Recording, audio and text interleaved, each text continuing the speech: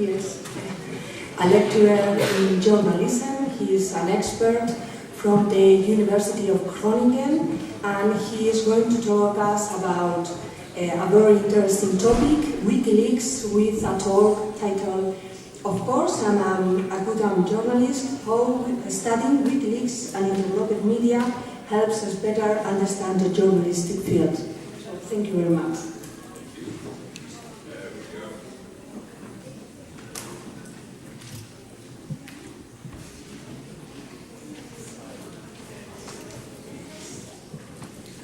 Thank you very much for the introduction. Thank you for having me. Thank you all for coming today.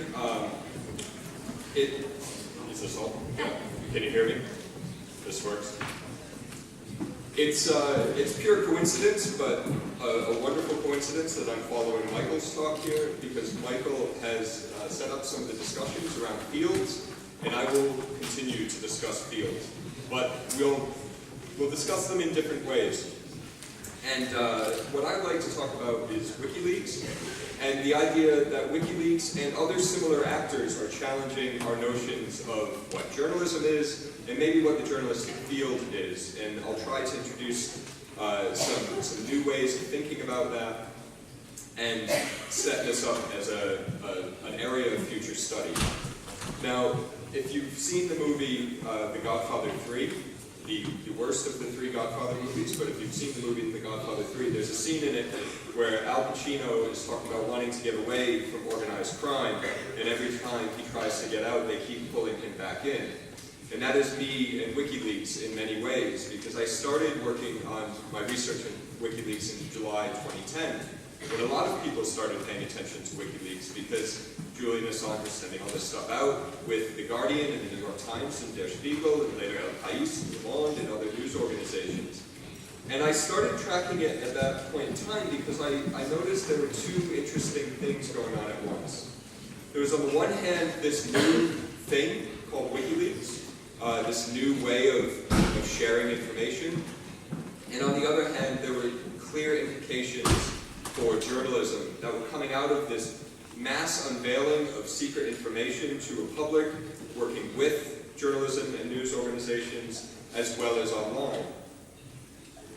And I set this up as a discussion of a problem and a challenge.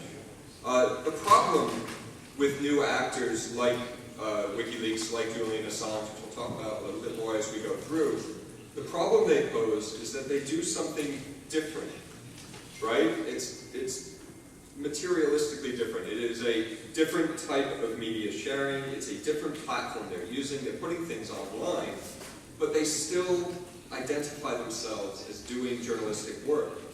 They still see what they do as something in the public interest, maybe as a watchdog. They see themselves revealing information, the sorts of things that we see lots of time from our news broadcasters, newspapers, news magazines, news in the most classic sense.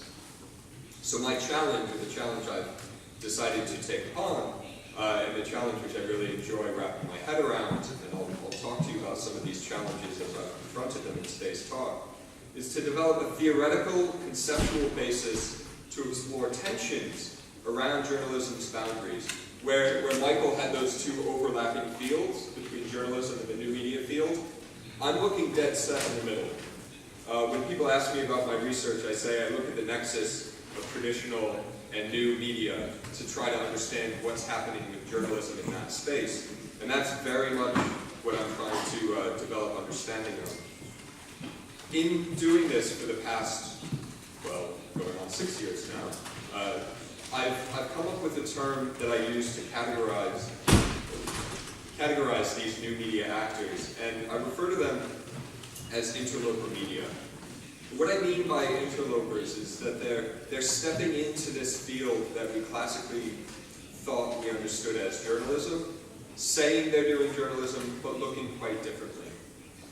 And when I set out to do my PhD work, my doctoral work, I first thought, all right, I want to explore the interactions between WikiLeaks and these new organizations. And as I started going, I thought, well, maybe a more interesting question would be, is WikiLeaks journalism? And is Julian Assange a journalist? And then in 2011, he answered that question for me. So I could have had the shortest doctoral studies ever done. You know, within 2 months of me starting, I would have been complete if I accepted Assange's answer here.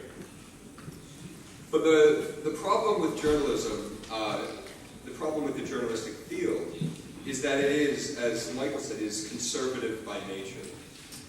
If I were to ask any of you around the room, what is journalism to you? You'd probably rattle off a fairly similar set of answers. You might say, oh, it's being a watchdog, it's serving the public interest, it's reporting on new information, it's speaking to a public, it's maybe revealing corruption. Those classic notions of what journalism is. But if I asked you to dig deeper into that, what does it mean to be a watchdog? What does it mean to serve a public interest? I think you'd find that's harder and harder to put into a concrete set of terms. A colleague at a conference once described it as, if you called a journalist at 2 in the morning and said, what makes you a journalist? They could give you all those answers. If you called them back the next morning and asked them to expand on it or write it up, they'd struggle a bit more. A scholar who recently passed, unfortunately, but Wolfgang Donswak has done a lot of talk about this, around this journalistic identity. And what he wrote in 2010 was that there's no profession in our modern society where the gap between its importance and its undisputed importance, we all know journalism matters, and we all agree on that, and our ability to define its borders, its structures, its competencies is so large. So this is the area where that gap between what we know is socially important and how well we can define it is where I'd like to take the argument.